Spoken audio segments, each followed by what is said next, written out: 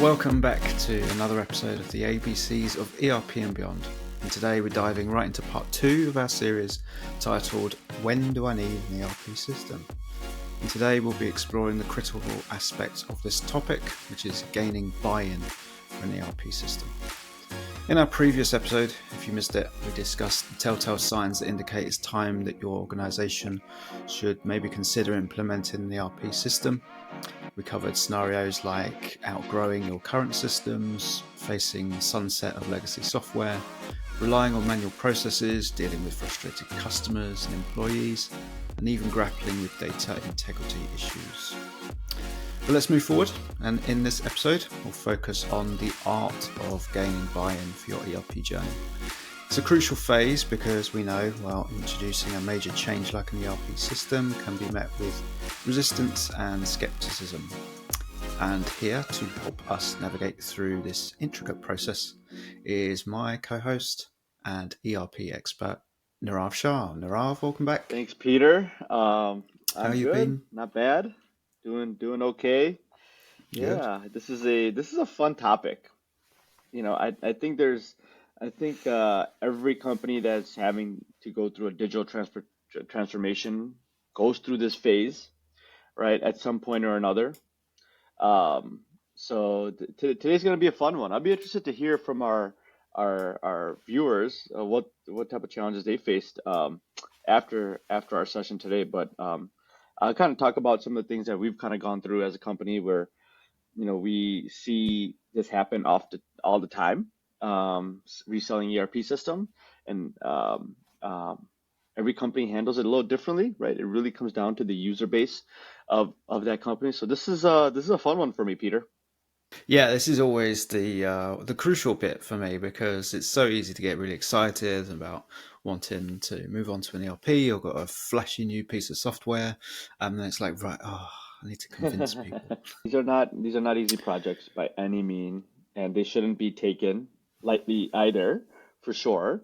But there just comes a point where the writing's on the wall. You can't continue anymore with the current processes you have in place. It's just not efficient, just doesn't work. Business is declining, right? Users are frustrated. You can't grow, you can't integrate, you can't do things that other companies are doing. You continuously fall behind. You just get to this point where you're stuck. You're literally stuck, and you need to find a path forward and get out of it now, right? Um, you know that. Other people in the company know that. Leadership doesn't know that. Leadership is still thinking that what they're currently doing makes all the sense in the world, and everything is great in their world, right? Without taking a look at what is happening, what the result of poor systems is creating in their business. So these kind of tips or tricks, if you want to call them, or maybe more strategies, right, should be helpful for those companies that feel they're in this position. They're in this position where they just can't move anymore. They're not agile. There's just a lot of finger pointing going on. There's not accurate data, right? There's upset customers. Vendor bills can't be paid on time, right? All these different things. Uh, so it's time to start thinking along these lines is how do I gain um, ownership approval? How do I gain buy-in? How do I get people on our side to invest in this new technology more for the business standpoint, so everyone could be on the same page? You have a single source of truth, um, and you could get happier customers at the end of the day, happier vendors. So these are the strategies that we've kind of come across, right, Peter, that we've talked about, and a few stories that we'll like to share today, essentially. But this is an important milestone, I think, in any company's journey, to get to this point, to find the right reasons to convert over.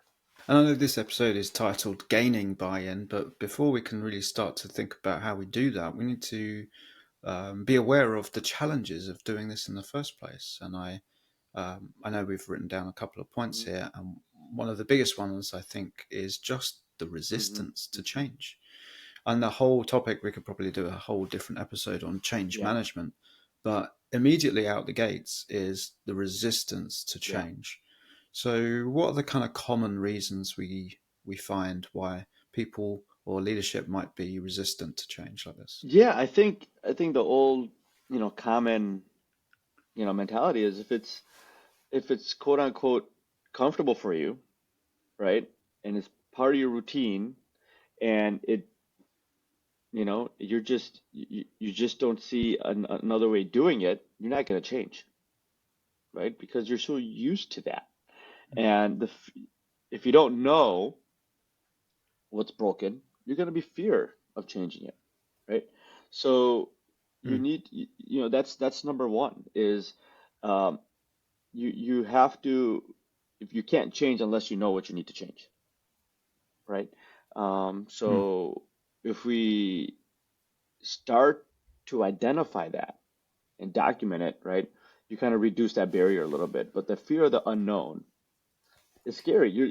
Think about it, right? I'm an employee and I'm in shop floor. I'm scanning my time, but I could never find inventory. I could never finish my production orders because I can't find inventory. Inventory is so bad. And I come to you, or I don't come to you, right? And to tell you that, hey, we're having this big problem, you're never going to know about it. So if I ever bring up a topic saying we need an ERP change, you're going to say, for what? We never talked about this before. We don't know a reason why we need to change an ERP, right? You kind of have to start talking about these things internally in the company. So at least management or leadership knows that these are issues that are going on that they should be aware of. So when the time comes to think about an ERP system, it's no longer unknown. They know what the issue is, the challenges are. So they don't have to worry about that they're doing a change for, no reason, essentially. And I think almost on the flip side of that is that not only do you get the unknown and the communication not being there in terms of the day-to-day shop floor processes, but maybe there's a resistance to change if they see it as some kind of disruption to Right. process.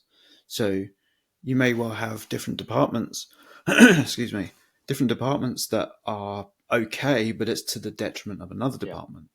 And you might have to disrupt what is seen as, well, this has always worked this way fine for me, but it might not be the same for another department. Right. And you've got to be exposed. You've got to put that on the table and show the ugly bits of business processes, the legacy ways of doing things, and the ways of, well, we've always done it this way, so why do we have to change Yep. now?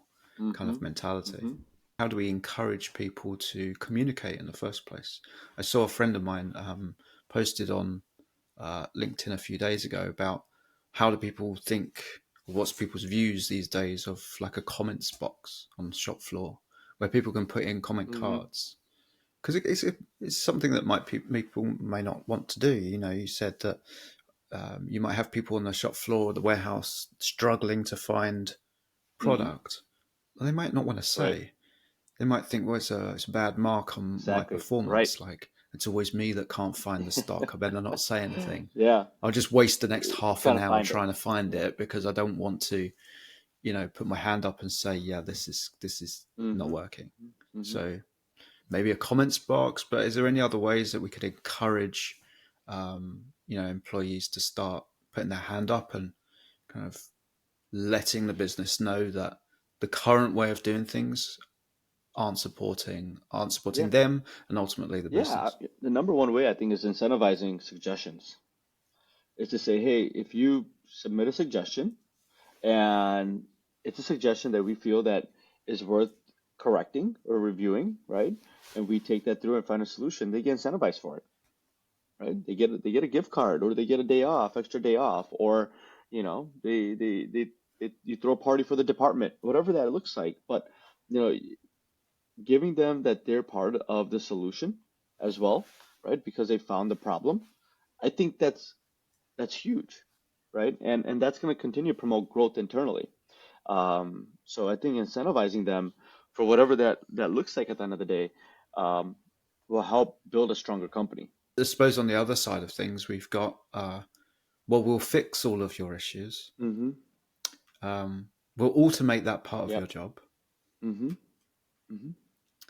then it becomes a bit of a slippery slope for some people that start kind of thinking, ooh, what does What is that it? now mean for my job? I'm so busy doing all of this admin. They're going to take that away from me, automate it through this fancy piece of software they want. What does that mean in Yeah, I terms of got job I got a good security? story here. I we were selling ERP software to this company. Not gonna name any names. And this particular person in the company knew they needed an ERP system.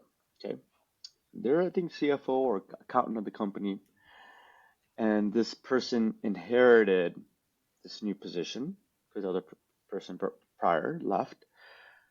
And part of that inheritance was that they had the benefit of answering to 300 emails a day, which was ranging from what is the cost of this production order, how much WIP do we have, to what is the profitability of our project, to we're missing inventory, how do we adjust inventory in, along with we have to complete customer deposits, right? So think about these emails, and there's 300 of them per day.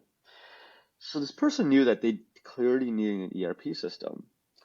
Things are tracking in the right direction. We're showing the value of the ERP system. And then something weird happened.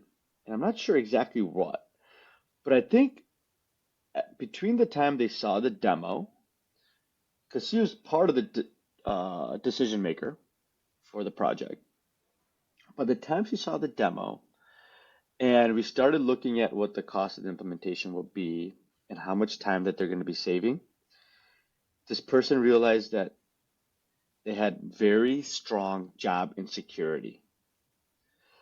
That, oh boy, if this ERP system comes into play, what am I going to do? Because everyone could get hold of that data and answer their own questions, but basically, right? And I think this person got cold feet and decided not to move forward. But you're right, right? That story I just told is more of an anomaly. Usually doesn't happen that way, right? Usually it's the reverse. Like what we're mentioning here is that you want to go to an ERP system because, right, that you can't find issues and you want to make your job faster, you want to become more productive. But it could really happen that people around you know they need an ERP system, but there's a bunch of job insecurity going on. They're like, hey, don't ask this question right now because what am I going to do then for 4 hours a day? Right? Because it's going to make it easier for everybody. Sometimes if it's not broken, don't fix it. We've heard that one before, right? So you got to be Mm-hmm. careful, right? Is and generally speaking, almost every implementation that I've done, right? We've promoted growth and value to the end user.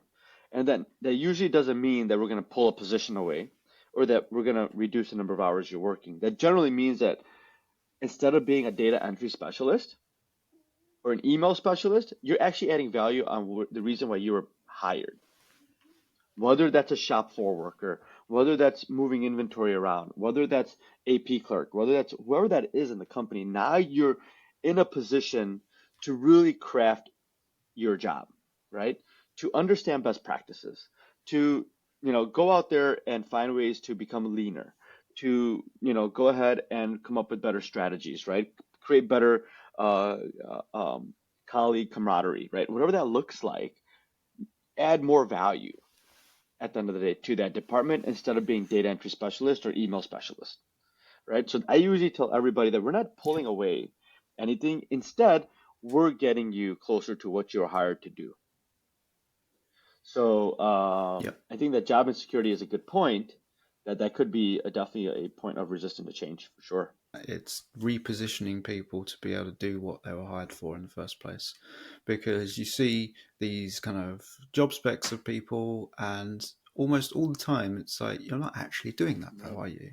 You could be in customer service and be, making sure that you're building rapport with our major customers. And what are they doing? Entering data into a That's it. system. Hmm. Like, that wasn't on the job Hmm. spec. as soon as an opportunity comes around to automate it and take that boring admin off, to get them realigned to what they can actually add value to, Yep. should be a scary Right. thing. It's we're freeing you up to do cool things. We're not freeing it up and then getting rid of everyone, because if you did that, well, you wouldn't need the ERP in the first place anyway. So yeah. Yeah, exactly. Let's move on. Cost considerations. So here's a challenge. So we want shiny new software. We've seen some horror stories before of bad implementations, and it costs loads to re-implement some other partner's bad work. And we've got all of this fear, and now we get round to talk about cost. So cost Yeah. considerations is a Yeah. challenge. I this is interesting because this could go with companies, right? People in companies, especially in those positions of CFO, accountants, um, CEOs, COOs. They generally come from a background where a previous employer of theirs has implemented an ERP system or was on an ERP system from a previous implementation, whatever that is, right? So many times, those people, those positions, as they're starting on a new employer, they have a bad taste in their mouth. So they kind of just carry that over to their new employer because they saw that, hey, we did an ERP implementation and it was just bad. It was so bad. We got nobody on board. The partner was terrible and they sucked. And we had so much cost overrun, right? We couldn't handle where we were.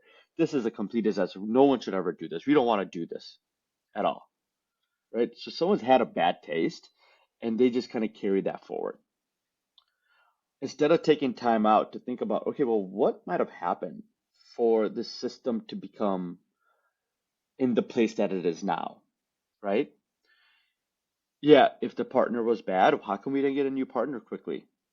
If what we were implementing was so terrible, how come we didn't stop that, right? Who was managing the project, right? If the cost got so high, how come we didn't manage that at the end of the day, right? So there's more than what meets the eye sometimes when you could just say that, hey, yeah, we had a real terrible implementation, we had this terrible story, and we shouldn't do it again. But I think there's more around that conversation. Why was it bad? How could we do better next time? Right?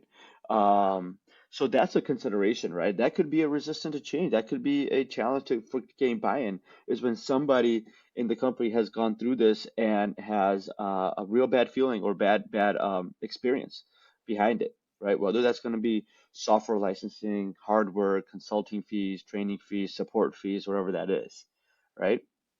But you know, I I think software is evolving, and especially maybe you saw some of that on the on-premise model when you were buying servers and hardware, and you were working with three, four different partners to get everything up and going. Right now, with the whole managed services idea and concept, where things are more on the cloud, and you don't have to have this server on-premise anymore. You're just managing processes in an ERP system and let the cloud provider handle all the other stuff, right? It brings a barrier of entry lower, so you're going to have less variables to work with, right?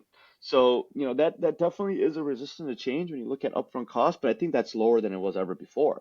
So hoping that whoever is looking at this video understands that um, there's less moving pieces in these projects now, especially from an infrastructure standpoint, and really all you really have to do is concentrate on your business processes.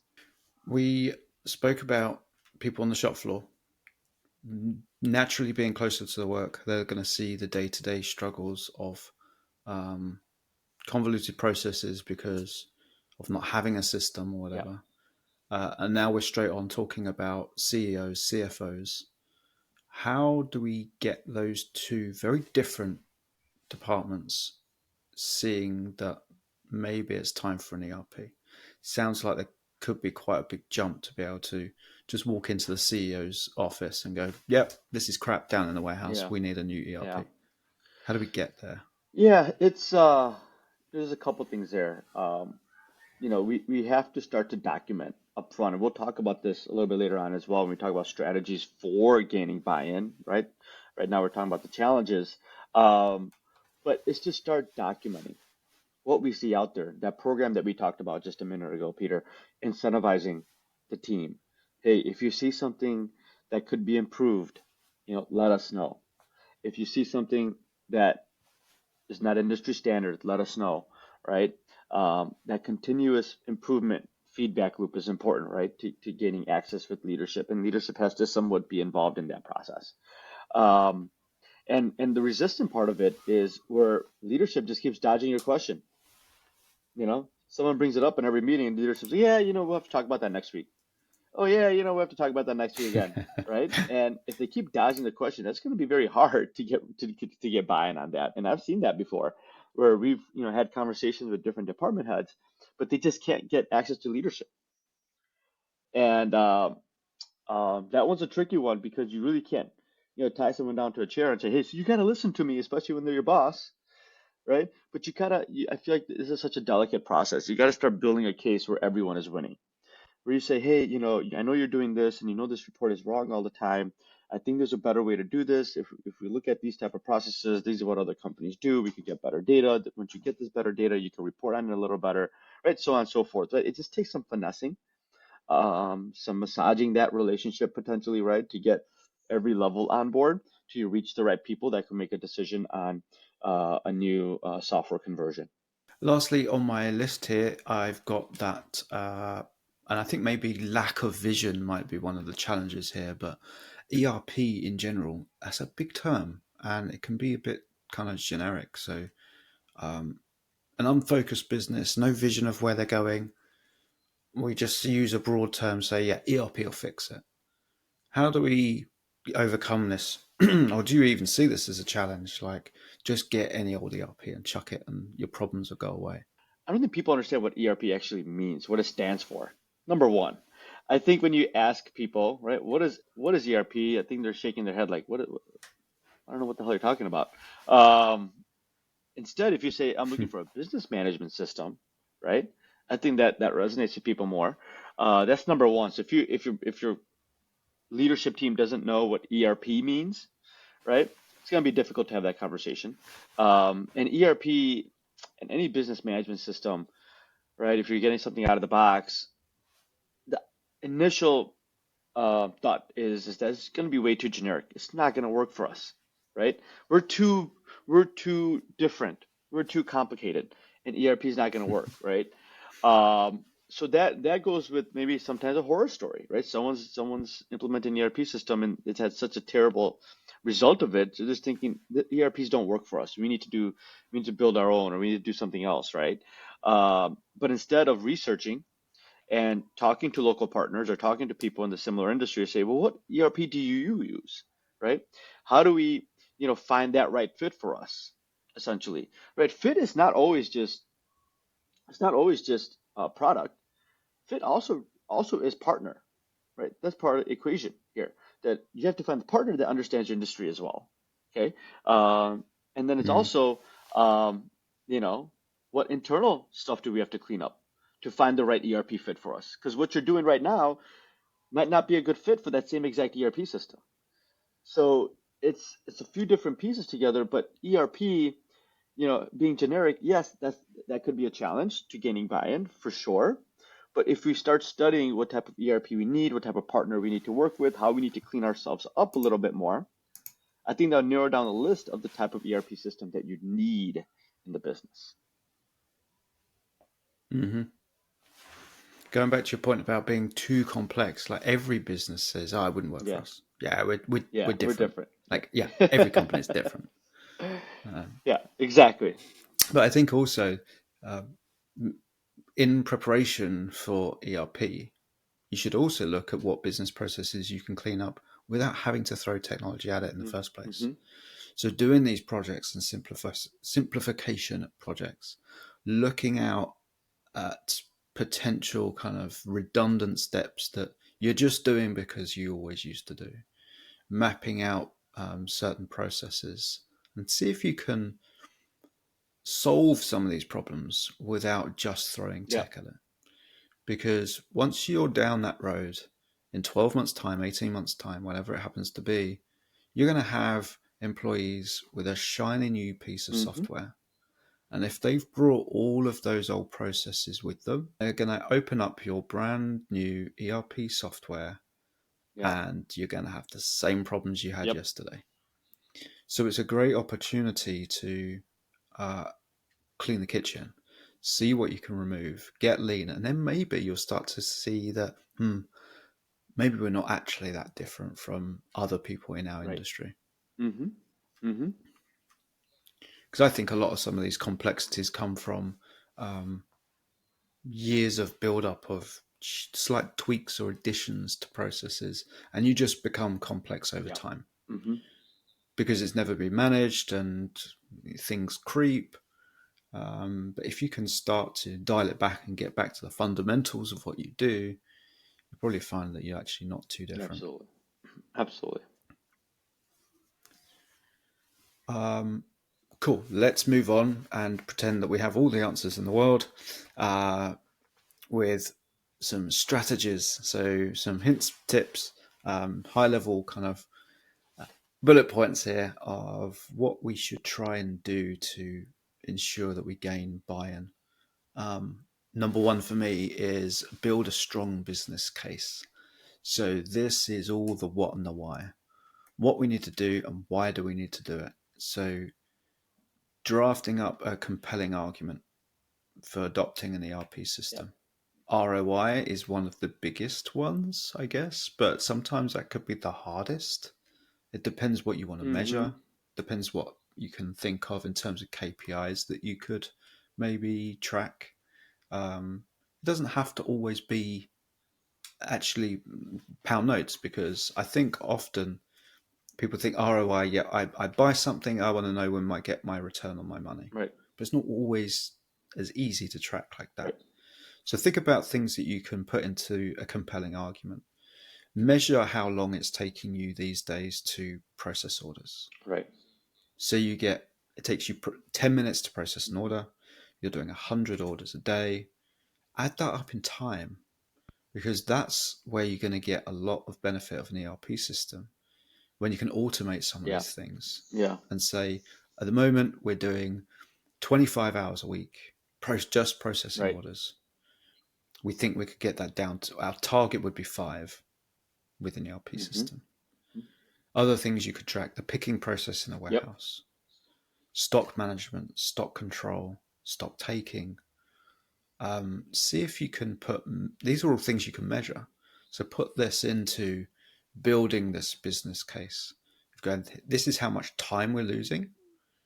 This is how much time we would therefore have to uh, refocus and actually get our workforce adding value to the business elsewhere, other than wasting, 25 hours a Right. week on these admin tasks. So think about ROI as a bigger picture than just the monetary Mm-hmm. value. I think really the monetary value comes over time as Mm-hmm. well, doesn't it? Mm-hmm. It's like you might quickly, within the, say, first 6 months of having an ERP, get to like 40% of your Right. return. But then year over year, you start to actually realize the benefits of doing so. It's not like Yeah. you can say within 2 years we're Right. here. Like, this is cyclical, Yep. because we're saying that, like we said in the last episode, business can stagnate and you can't Right. grow, Right. and you grow over Right. time. So a lot of this, it can be easily Mm-hmm. missed, and you'll not necessarily recognize in 3 years' time the position you find yourself in actually goes back to when you made that decision to put an ERP in Right. place. Yeah. Exactly right. And this, I think, all goes into this business It case, doesn't it? does. It does. And to add to that is ERP is not going to solve all the problems. Okay. Day one out of the gate. And like you said, it is an evolution, right? So you have a phase one, and we know we're going to tackle the most important items here, right? Um, and some things may stay the same. because it's just lower on the list. Yeah, that was a suggestion for improvement, but it's just lower on the list right now. But let's tackle the high items right now. Excuse me. And then we could phase in the other items down the road, right? You're gonna have a system for at least another 30 years, especially with these modern bills out there now from an ERP perspective. So that ROI, you have to measure the ROI from a phase one perspective, right? What is phase one that's causing us so many leaks in the business, so many blind spots in the business, right? That our customers are mad, Yeah. that our vendors are mad, that our employees are always upset that we're holding them accountable to something, but they don't have accurate information.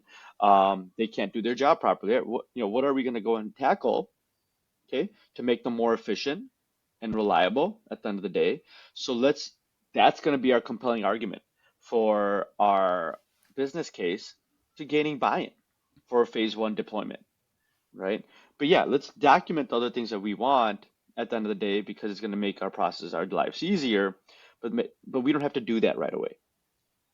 So, learn from, we put here, learn from implementations and what to watch out for, right? Try not to solve everything at once because it could become very overwhelming and you may quickly find that you get people to lose interest in the ERP implementation.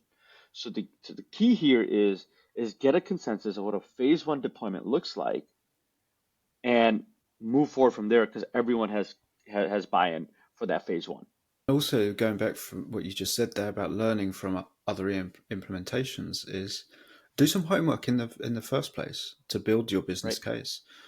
Go and try and find some ERP partners or Microsoft partners or whatever it happens to be, because you go on these websites, they will obviously advertise implementations they've done of Hmm. companies that they've done implementations for. There's nothing stopping you contacting that Right? company. Just try and find, especially if you can find one within your own Hmm. industry. There's a treasure trove of information out there Absolutely. on partner Oh, websites. absolutely. They'll say, "Oh, we did this implementation in 2018 in this particular market or this particular industry. It just so happens to be your industry." We'll go on their Yeah. website, find them, Yeah. call them. Exactly. How's your implementation? What did you learn? What should I Yeah. avoid? How did you build your business case? Absolutely. Yeah. Yeah. Because they must have built a They, business you, case, and it you have must to. have been successful because they've now You have to. implemented. You have to. So Yeah. Yeah. Absolutely. And if you don't build your business case yet, I don't know if I don't think that you're ready to even talk to a partner on an ERP system. I think you need to do that up front. mm, yep. Hey, that's another good episode, Peter. Building a business case. Oh, I should have seen that one coming. We need to have one of those jars, like a dollar I jar. Every know. time a new episode idea comes up, we have to put a There you dollar go. in, Exactly. and then we'll just chuck it to charity or something at the Yeah, end of the year. perfect. Let's do it. Let's do it. I like that idea, Peter. That's freaking great. So we've covered the what and the why, which is the business case. But don't forget the how, because you mentioned to me earlier, you're trying to sell this to C-level, potentially, or executive leaders of the business. It's probably not the same people that are actually going to be doing the Right. work. So you don't want to go to them and go, look at all these problems in the business. Now you have to go and do this project to implement an Right. ERP. So they want to know about the how. Like, great, they've told me what you want and why we want it, but how do we do that? How do we get there? Exactly. Yeah, first you got to be willing to put in the work. The team has to come together. The company has to come together to put in the work. There's just no way around that. ChatGPT can't do the work for you yet. It can't do the implementation for you yet, right? You got to put in the work. You got to show management that you're willing to put 2 hours extra per day in. You're willing to wake up, get to office 1 hour earlier, right? You're willing to, as a team, put together a plan during lunch that, every other day you're going to get together and work through this project for your department, right? That's what you need to present, right? You need to present internally how everyone's going to be motivated and stick to a plan to accomplish all the goals necessary to deploy the system correctly at the end of the day to reap all the benefits that you're going to get out of it. So this is a piece I think that sometimes gets almost always forgotten is that they get to the point, they get buy-in, leadership's all right, let's get an ERP system. But then when you sit, but then we always ask this question during our what we call our kickoff meetings, internal kickoff meetings. Client facing kickoff meetings that we have. We go on site, we talk to the client, say, okay, Mr. Client, great, thanks for hiring us, and we're really happy that we're going to kick off the project. We're ready to move forward. So how many hours will you be have? How many hours do you have to spend on the project? And then we'll look around the room, and people are like, oh crap, I'm really busy. I only have maybe 2 hours a week, or I'm going into my busy season, and I won't be able to do anything, touch this for another month and a half. And I'm sitting there, I'm like, did we not discuss this? Did anyone not discuss the time that's going to be necessary to deploy this system? You know, and then you kind of have to ring it back and say, all right, guys, look, to have a successful system, you need to put at least 2 hours a day in. It's like anything else, right? You study for an exam, or you're doing a certification, right? Think about this, is an ERP certification you're getting. You're kind of going through the full supply chain. You're going through how to run a business on an ERP system. And if you're not willing to put in at least 2 hours a day, I would question first how long is it going to take you to go live, because now your time to value is going to be so much higher, right? Yeah. And how many times you have to relearn these things that you keep forgetting about because you're not spending enough time to keep it current in your head. So, Yeah. you need I think across the board industry expectation should be you put in at least two hours, if not more, per user. That's part of the key user training group, to make sure that they get the system up and going quickly, and that they're making decisions Mm. quickly, and that you get enough practice in the system. So when deployment happens, you're using the system very quickly, so you really get that value right away, right? And you're not relying on the Mm. partner or the publisher for support constantly, because that's money you're paying them, right? Really, the time to value, the most biggest ROI you get is when you take ownership of the system, right? Now, not to say the partner shouldn't be around. I think the partner's there as your trusted business advisor. Like, as the partner understands your business and they see other businesses similar to your space, they give you tips and recommendations and ideas on how to use the software better over time, right? That's the true value of your Mm. partner, right? Not how you not to show you how you keep entering the same sales order in like 50 times. So that, don't forget the how is how are we going to get there to deploy a successful system, which is going to be to put in the work, put in those extra hours that are necessary to get this going, right? And that's going to uncover all these different sins, or these issues that bubble up that need to be resolved during the Mm. implementation. Yeah, exactly. I completely agree. Strategies for gaining buy-in. Number 3, engaging the whole workforce. The power of employee engagement. Yeah. So we're talking communication, buy-in with your fellow peers is just as Yep. important as executive leadership. So you really got to make sure that everyone is on for this journey, because you don't want to be in a position where you've gone live, you feel that it's been a successful go Right. live, and everyone resents the Mm-hmm. system. No one Right. likes it. Everyone's sitting there with confirmation bias. They're waiting for that one time that the system doesn't do what they want. And I go, see, it's rubbish. This new bit of software they've made us use now. Um, so you got to bring these people along the journey with you. So encourage the feedback, as we've said, and really build that culture of continuous improvement. Like, people should feel that they are valued. And we've said this at the start as well, like, their opinion matters. And it matters to them as Mm-hmm. well, because it's them that are going to be using this. It's them that are going to be using it every single day. And that's where you get true insight, because they have the knowledge of the business better than anyone Yep. else. And if they're not there every step of the way, then you could be within a few months of going Yep. live in a position where you've outlaid your initial costs of upfront costs of software licensing and maybe a little bit of hardware, and you've paid all the consultation fees, and no one likes what you've Right. implemented. Right. Yeah, exactly. I think this takes a village to put together. This is just not a one man show. Um, Everyone's been doing their, you know, specific jobs and responsibilities for a very long time. That has to be respected. Um, the goal is that they continue doing their job and responsibilities for a very long time, but they do it effectively and they add value to that position, right? And overall to the business. So I think it's super important that that feedback loop is open and there's constant dialogue, open communication, back and forth with the partner, with leadership, with the key users to build a good system at the end of the day. Because because again, it takes a village to make to get this thing up and going, to understand best practices. And if we ignore that fact, we're gonna be missing a lot of detail, that's actually going to cause more havoc, and it's going to cause a lot more confusion after the system is deployed. I've seen this before with not necessarily ERP implementations, but other technology platforms that have been put into place.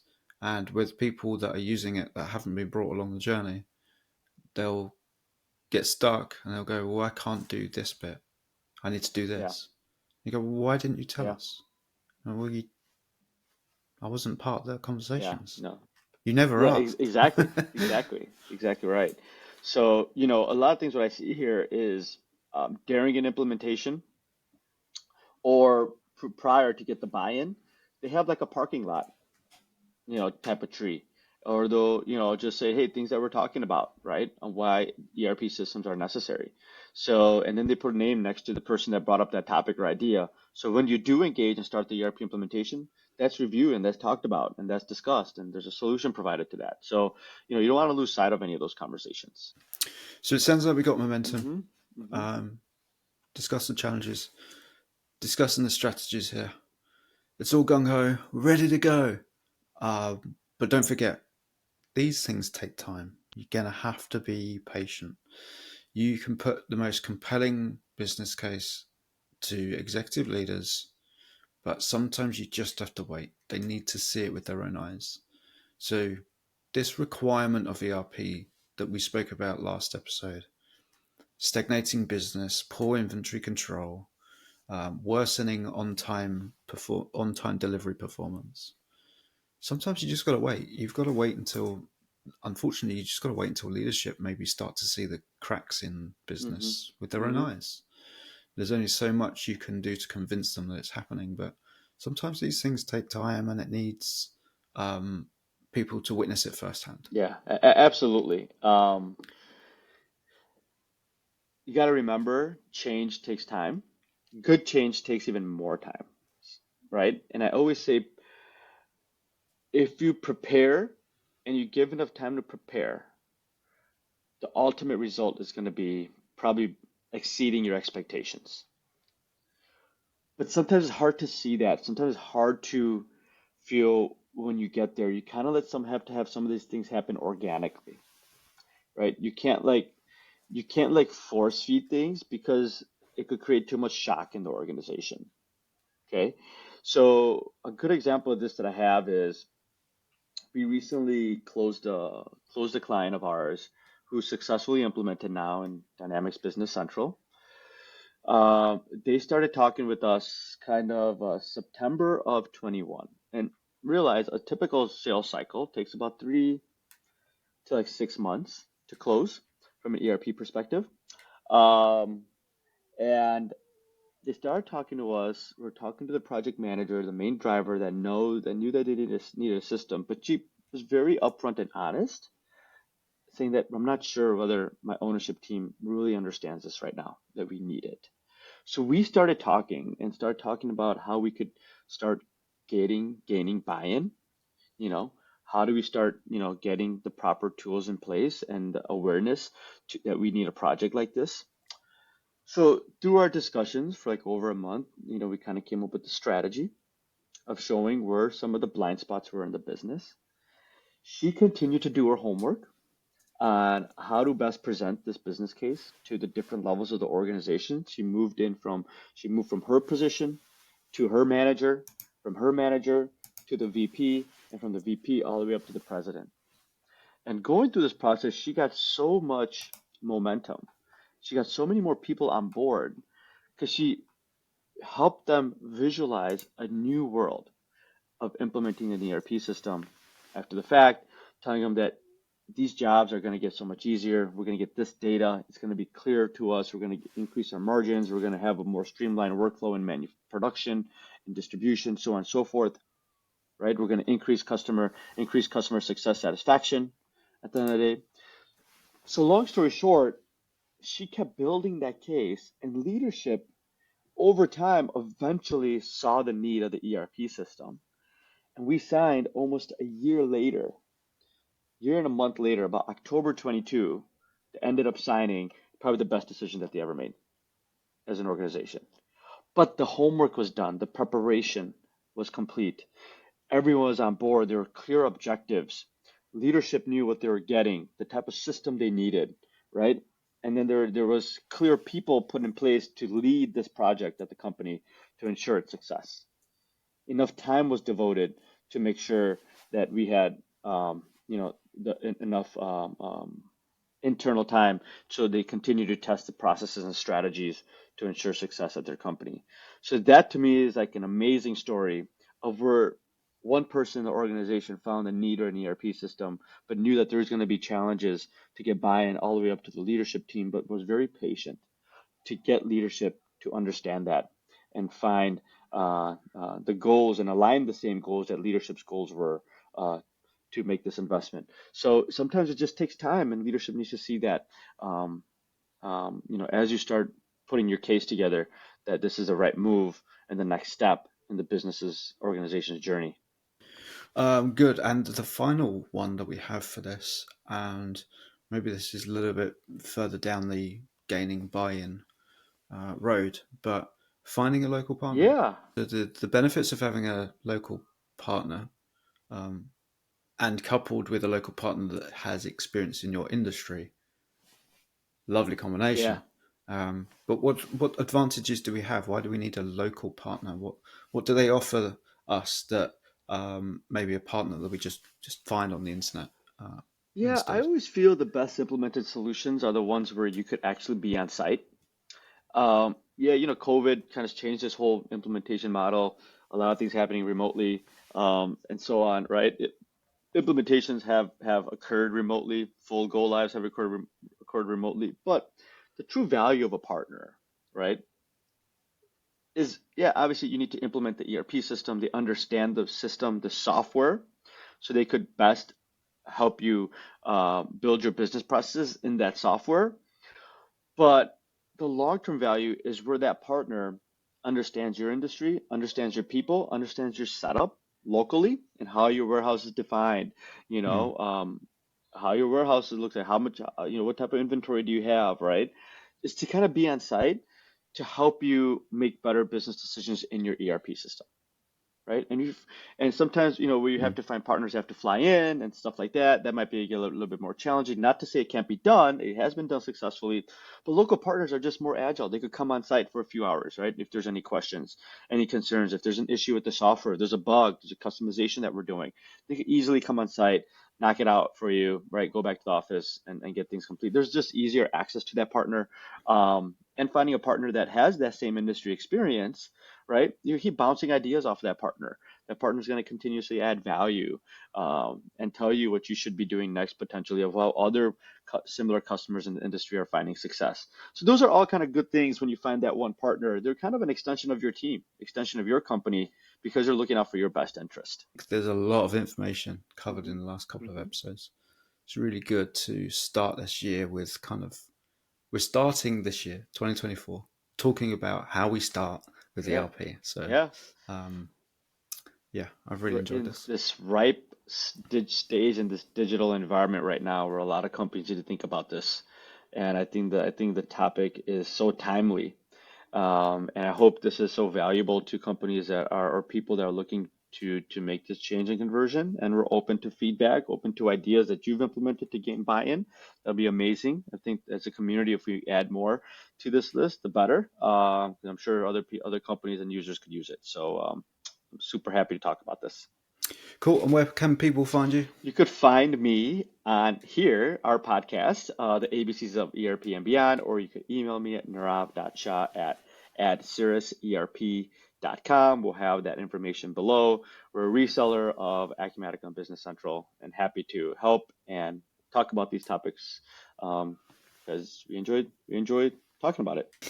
Great stuff. As always, treasure trove of information. Thank you for all of your insights over the last couple of episodes. Look forward to whatever we decide to record next week.